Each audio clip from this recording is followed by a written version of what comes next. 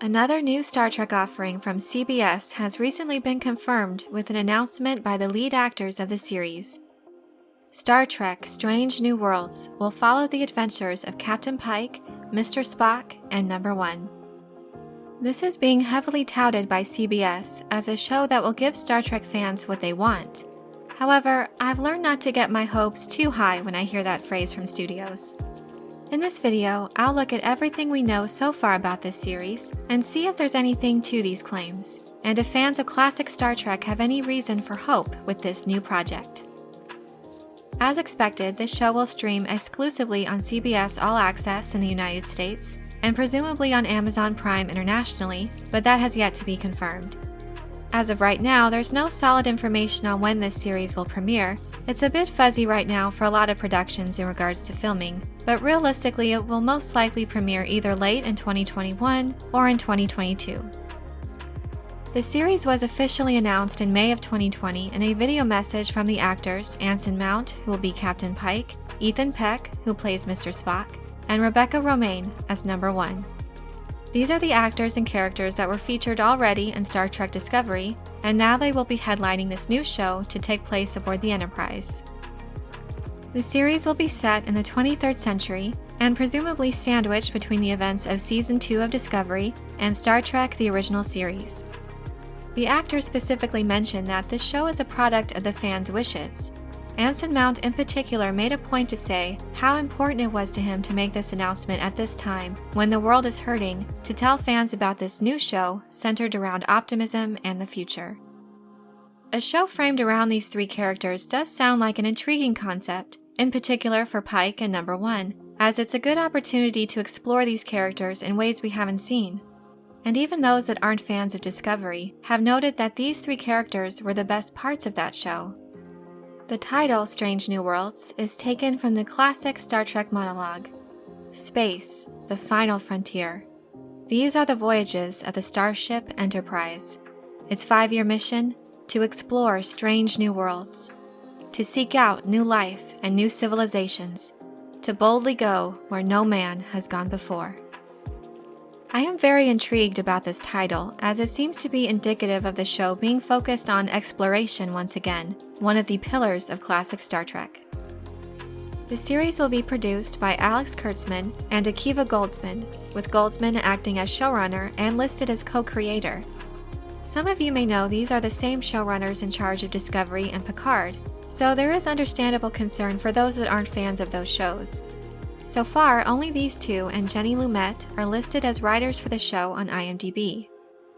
In an interview with Sci-Fi Wire, Jonathan Frakes confirmed that he's been asked to direct for the show, and he said he's looking forward to it very much, and that he can't wait to get back to the floor with his 3 old friends, in reference to Anson, Ethan, and Rebecca. One of the things that stands out to me in the news coming out about this new series is how it is being framed as a return to classic Star Trek storytelling. This is something I have longed for since Star Trek Enterprise went off the air. While Discovery and Picard have found an audience that appreciates the different directions CBS was taking, many fans, myself included, miss what made Star Trek so beloved. Namely, its mission to explore the final frontier and the hopeful look at humanity's future. Discovery and Picard were definitely a departure from what had been established before, with a main story arc featured heavily throughout the entirety of a season, as well as the inclusion of graphic violence and profanity, making some episodes not suitable for children.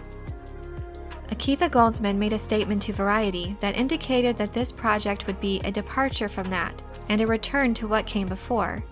His exact quote was that we're going to try to harken back to some classical Trek values, to be optimistic, and to be more episodic. Our plots will be more closed-ended stories. We can find ourselves in episodes that are tonally of a piece. Goldsman also pointed out in the Star Trek After Show The Ready Room that Discovery and Picard were subgenres that were somewhat fixed, while Star Trek the original series and The Next Generation could hop genres week to week. An interesting point as well, classic Trek storytelling could go in any number of directions. Some episodes were action-adventure, some time-traveling paradoxes, some where the crew faces a moral dilemma, and then a murder mystery the next episode. By keeping to this formula, there's no limit to the imagination when it comes to storytelling, and it definitely would be an exciting prospect to see a return to that. Overall, I think fans of classic Star Trek have some reason for hope regarding this new series. Some who are not fans of Discovery did thoroughly enjoy the parts that featured Captain Pike. It seemed to be refreshingly lighter in tone when he was featured on the show, and many were impressed by Anson Mount's portrayal, citing that he embodied what a Starfleet captain should be. Many fans have been disappointed that Discovery and Picard don't really feel like Star Trek, and that they don't recognize the Federation anymore. They feel that what made Star Trek so unique has been lost by attempts to turn these shows into yet another dark dystopian sci-fi series. Throughout its different iterations, Star Trek was always a show the whole family could enjoy together. It provided a positive view of the future where mankind seeks to better itself through learning and exploration. It fostered in young people an interest in science and technology. Jonathan Frakes also mentioned this in his interview with Sci-Fi Wire. He said one of the things that brought him great joy from being a part of Star Trek was learning how much of an inspiration it was to people. He said, "We made astronauts because of Star Trek, and physicists, and astrophysicists, and psychiatrists, and pilots. People were inspired to make their life and career decisions based on Roddenberry's bright vision of the future." A beautiful sentiment, and I think this is a vision that children should be able to enjoy as well. This is the framework I am also hoping for in this new show. I would like it to truly fit in with the Star Trek series that have come before, especially considering how close it is in the timeline to the show that started it all. I hope you enjoyed this video. Give it a thumbs up if you did, and be sure to subscribe for more sci-fi and fantasy content. And let me know your thoughts, hopes, and concerns in the comments below about this new show. Are you looking forward to it, or not so much? Thank you all so much for your support, and as always, have a very nerdy day.